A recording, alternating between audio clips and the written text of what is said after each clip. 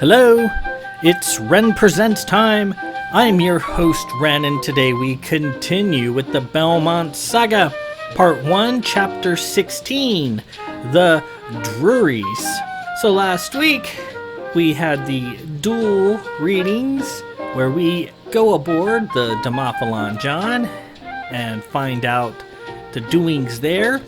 We see clearly that they are falling into the trap that the Druries had set for them, that they were in a deep illusion, and nobody could see that they were heading for a creepy, unknown planetoid, except for their ship's hospitaller, Morgan Jedricks, who, due to her House of Thompson affiliation, is able to see through illusions, and she sees it and she tells everyone, brace for impact, but it's too late.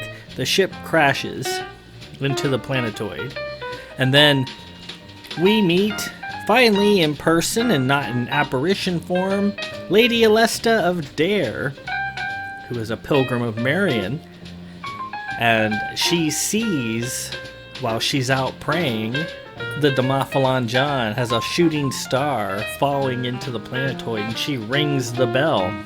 And her Pilgrim of Marion brothers and sisters take to arms, and it's their duty, as given to them by the Star of Marion, to rescue all those who fall astray. Very dangerous mission, but the Star arms them with stealth and mental protection. You'll see later on, the Marions are not completely helpless. They have quite a few weapons that assist them in their mission, and they are now fixing to effect a rescue of the Demophalon John and get the souls aboard that ship out. That's what they do.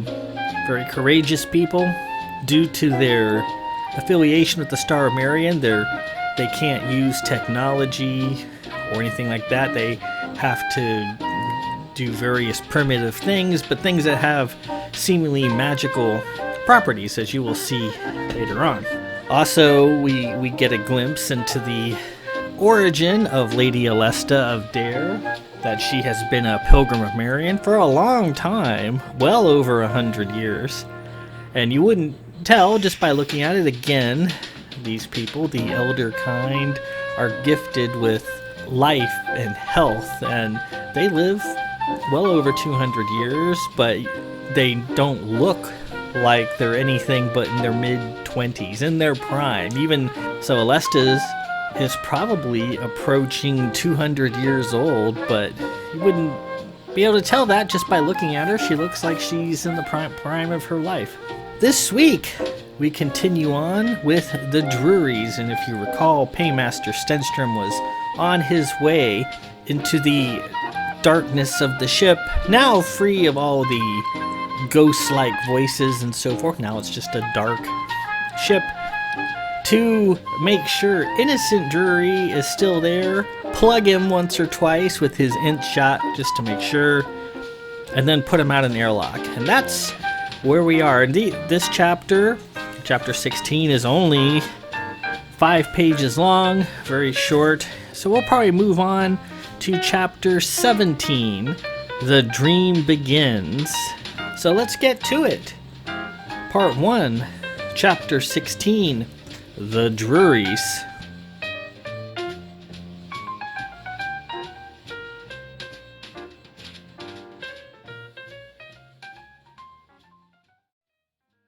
Nth at the ready, Stenstrom made his way towards the docking ring.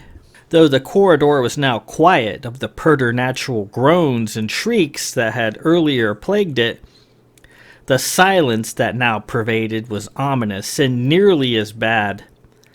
The dim lighting, routed via generators by Tara on the bridge, flickered a bit. He reached a crossroad. He was now familiar enough with the layout of the ship to know that around the corner to his left was the docking ring. If everything was as it should be, then the dead body of Innocent Drury, stabbed, burned, and devastated with 50 caliber slugs, should be right there where he'd fallen. But, and this was a big but, seeing Innocent's two brothers floating about in space alive and well, made all bets void. Stenstrom was certain he'd leap around the corner, and Innocent Drury would be gone, lurking loose somewhere on the ship, creating all manner of chaos. That's how things seemed to go on this ship. The improbable would probably happen. Stenstrom stood there, propped up against the wall, grappling with his courage.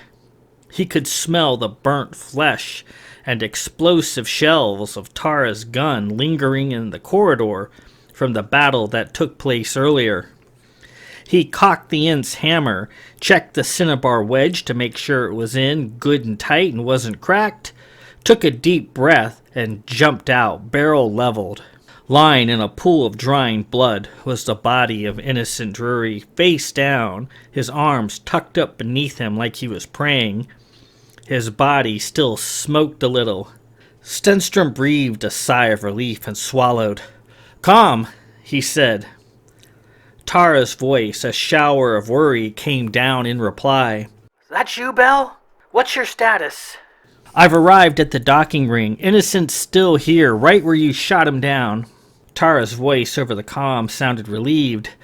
See? He took a full SK burst to the gut.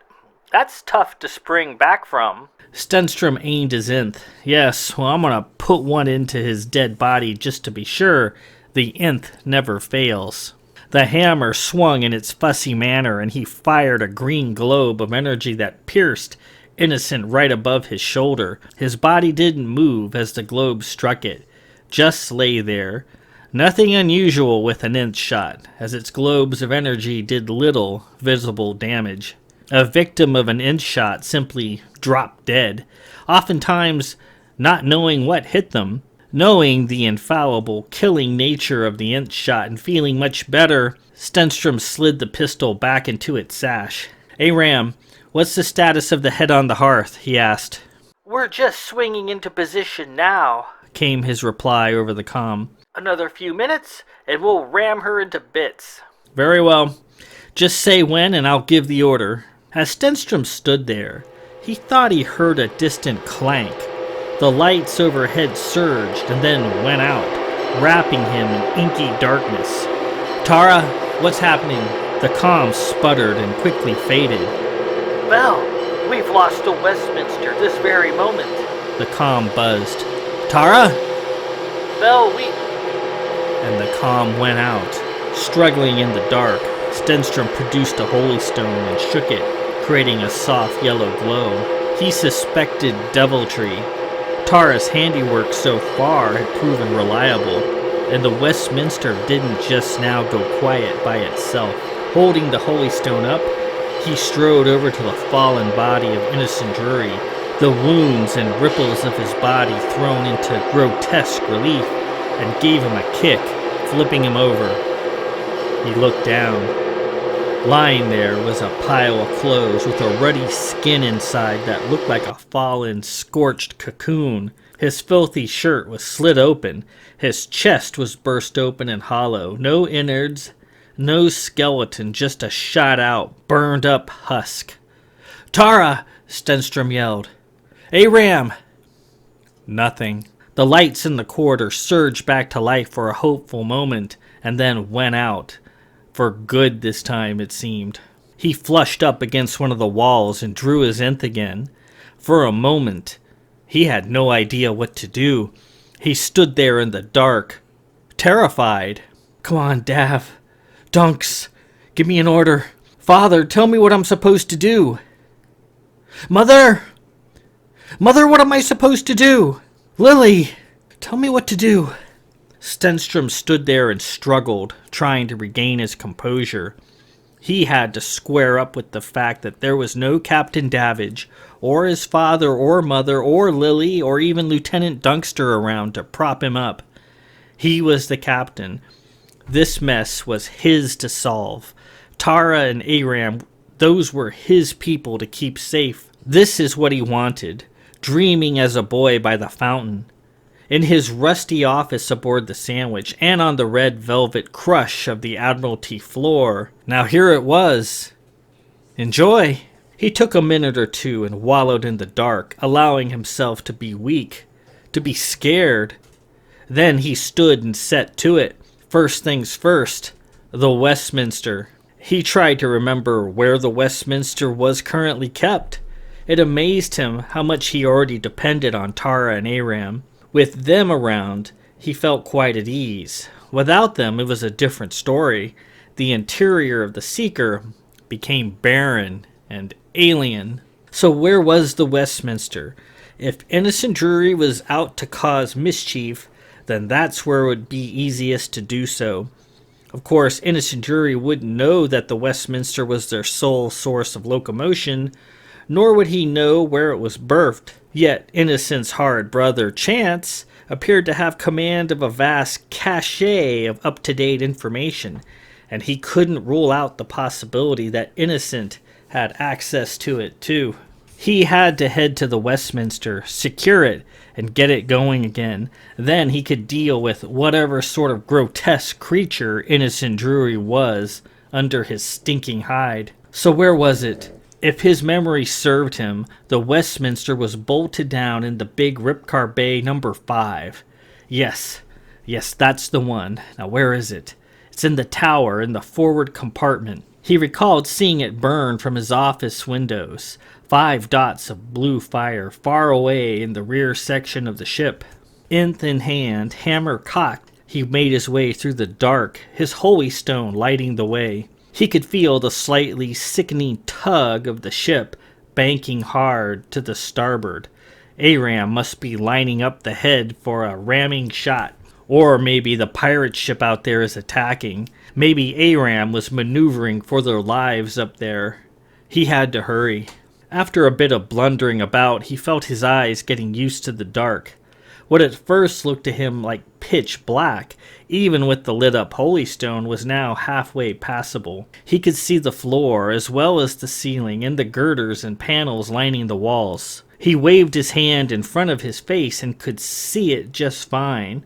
He could even see the silver embroidery on his coat sleeve. He let the Holy Stone drop and continued on without it. He got to the lift shaft.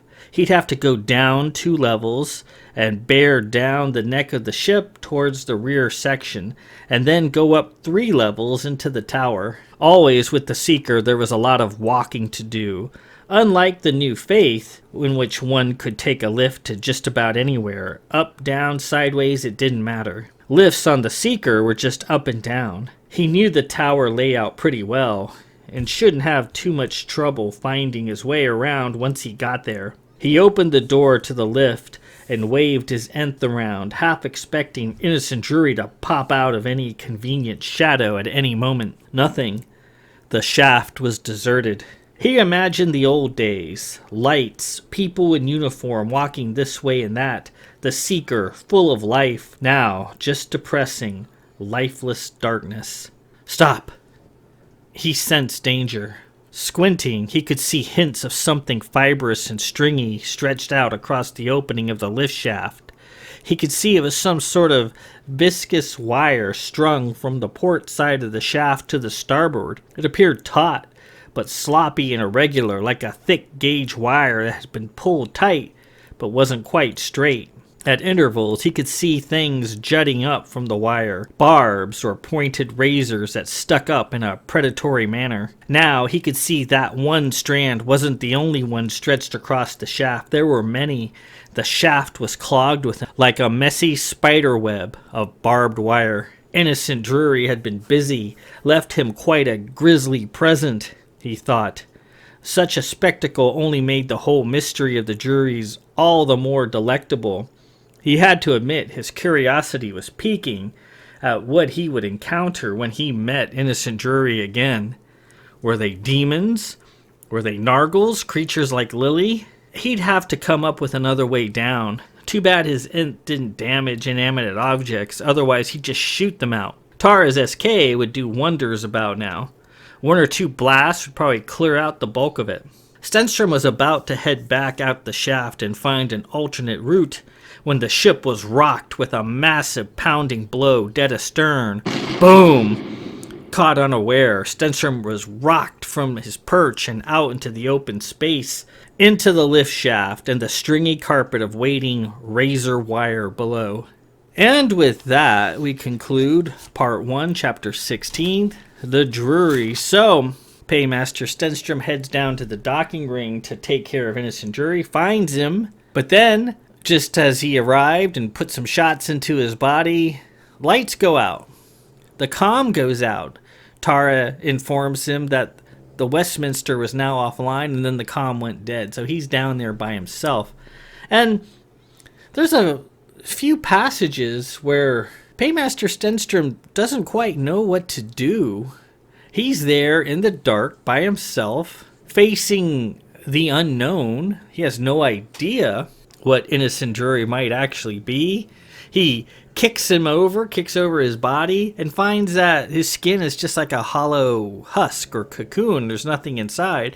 So Innocent Drury must be at work. The reason the Westminster just went offline is no doubt his work. He spends a few moments of utter weakness. He doesn't quite know what to do. The man is scared. He calls out to Captain Davidge, his old friend, to his mother, his father, even to Lily or Lieutenant Dunkster for help, to give him courage. The man's frightened.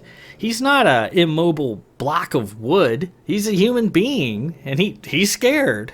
You got that, Disney? With your perfect characters who never show a bit of emotion. Here is this guy, and he has all this power that the sisters have given him, which he's still exploring. Yep, he's facing a moment where he's terrified. Who wouldn't be? But he's up to the moment. He has that moment or two of indecision. It washes over him, and then he moves on. And he heads out to the lift shaft to get to the Westminster to reconnect it or whatever, and then deal with Innocent Drury, whatever he might be. And then there's a massive explosion. The ship is rocked. He falls out into the open space of the lift shaft and into a barbed wire spider web that Innocent Drury appears to have left behind. So the mystery of the Druries is still afoot. We have no idea what they actually are, but we're going to find out at some point here soon, just not right now. So that was Chapter 16. Chapter 17, The Dream Begins. So let's head back aboard the Demophalon John, which is now crash-landed on Cronin World. That does not sound like a good place to be. Let's proceed immediately. Part 1, Chapter 17, The Dream Begins.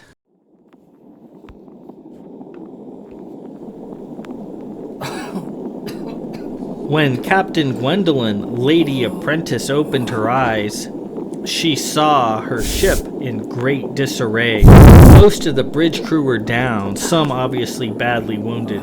Crewman Alistair, the fellow she just yelled at for giving her a late report, was near the navigator's position, face down on the floor. She struggled to get to him, but her fedula, a rapier-like weapon of her house, was tangled up in her coat. Could have been worse. It could have been tangled up in her flesh. Carefully, she freed it and stood. Pain. Great pain in her leg. She disregarded it and got to Alistair, rolled him over, and saw his face covered in blood from a deep wound. His blood made a large red stain on the floor. There were groaning sounds and signs of distress all around her. The bridge was a charnel house. The navigator, Lieutenant Mercy, was out, though he showed no outward signs of injury. The helmsman, crewman Prothero, appeared to be dead. He just seemed dead. The comm officer, Lieutenant Cy, was sitting up against the wall, holding his groggy head. Gwendolyn made her way to the helm. Unlike warbirds with their elaborate wheeled setups, the helm on the Demophalon John was nothing more than a small panel with a number of levers and gauges that controlled the movement of the ship. Not nearly as precise and maneuverable as a stray light, it nevertheless sufficed on a small scouting ship. The levers all appeared to be floating out of joint. She tried to readjust them as best she could, but helmsmanship really wasn't her area. She guessed at the positions. She then checked the helmsman, as she thought he was dead. Ahead, crumpled up near the rail, was Morgan Jetterix. Her silver helmet lay some distance away, upside down. Some of her hospitaller tools had emptied out of her pockets and lay on the floor all around her. "Morgan," Gwen managed to say as she stumbled toward her. "Morgan, wake up. We're sure to have wounded all over." Morgan appeared to be out. Gwendolyn shook her. "Morgan, wake up!" She groaned and slowly opened her eyes. "Oh, creation, it's you. What happened?" "I don't know. We appear to have crashed." Morgan closed her eyes again. "Did I not tell you we were about to crash?" "We can discuss that further later, Morgan. For now, we've wounded needing tending, casualties to sort out, and yes, casualties. This is all your fault. Never listen to me, do you? You arrogant cow." Morgan roughly pulled her up by the scruff of her black hospitaller uniform. "Morgan!" Yes, you're right. I'm an arrogant cow. This is my fault. You can call me all the names you wish as you start tending to my crew. There's Alistair. Help him." Morgan shook her head, trying to clear it, and unsteadily went to crewman Alistair. As Morgan began working on him, Gwendolyn went to the main sensing station and peered into it. The sensor was ruined, full of static and random streaks of color that bled across the screen. No good. No readable data. She could hear the ship gassing all over, trying to equalize pressure. Clearly the hull was breached somewhere. At least some of the automated systems of the ship were functioning. Gwendolyn spun around, not quite sure what to do. This was a calamity. Situation unknown, location unknown, personnel still on duty, unknown. They needed rescuing. "Com," she said after a moment to Lieutenant Sai. "Com, get me engineering. Right away, please." Sai blinked at her in a vacant manner and slowly began to stand. Nothing. Silence from the comm. "Com functional but unanswered, Captain," he said, still groggy. "We have an internal we can receive, but our outgoing range is very limited. I think we lost our mast." "Keep trying. See if you can raise anyone. Yes?" She turned to a dazed crewman who was just now picking herself up. "Crewman, I need you to find the bosun. Tell him I want an accurate damage and injury report, and then I want all wounded organized into a large area, the mess. Cargoes 1 and 2, any place that can hold them. Morgan and I will be down there to begin treating them directly. Go now." The crewman left the bridge. Gwendolyn returned to Morgan. She was closing the wound on Alistair's forehead. "How is he?" "He has a fractured skull and a deep laceration of the forehead," she said, continuing her work. "I suppose he's lucky to be alive." Gwendolyn stood and went to a window. Outside was a solid, inky black. "Where are we?" she almost said to herself. "I told you, Captain.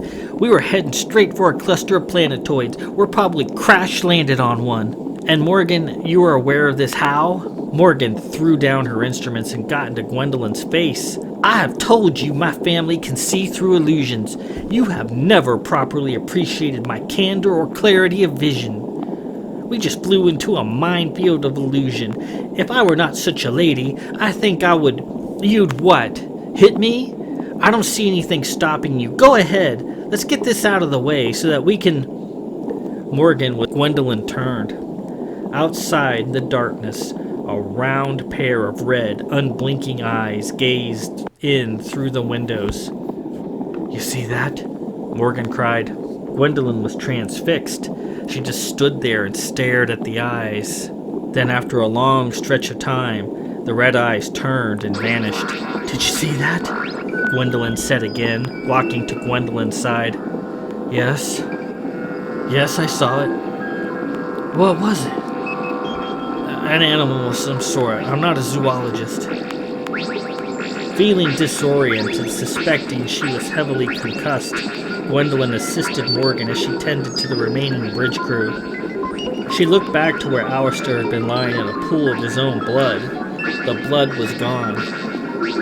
I feel it coming, Morgan said. What? Gwendolyn asked. Illusion, forming all around us.